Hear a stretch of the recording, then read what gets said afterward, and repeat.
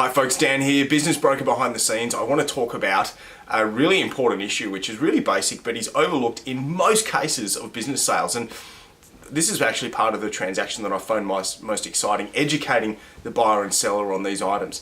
And that's in relation to the difference and the distinguishment between the offer, i.e. the consideration, the price that the purchaser is prepared to pay, and the non-financial terms that the purchaser is prepared to make and the vendor is prepared to accept.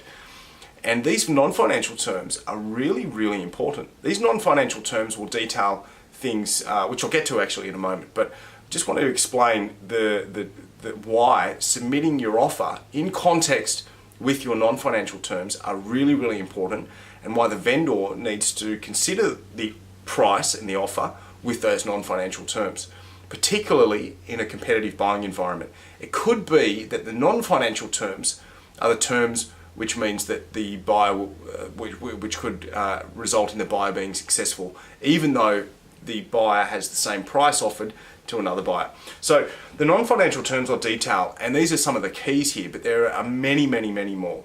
First of all, it could be how long does the buyer intend to take to settle the business? Are they available to settle the business and take over the business in 1 month, 2 months, 3 months? Is the sale subject to finance? Does the purchaser require to obtain finance, and is the offer made on that basis that that they can rescind if they don't obtain the necessary finance? Does the purchaser require a certain training and handover period? Is that 1 month? Is it 1 week?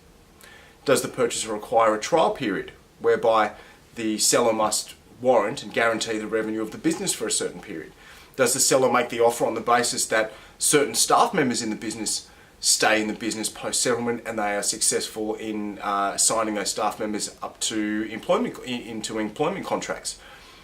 Is the offer made on the basis that the lease is assigned as it stands, or is it made on the basis and subject to the granting of a new lease or a variation to the existing lease in the form of another option?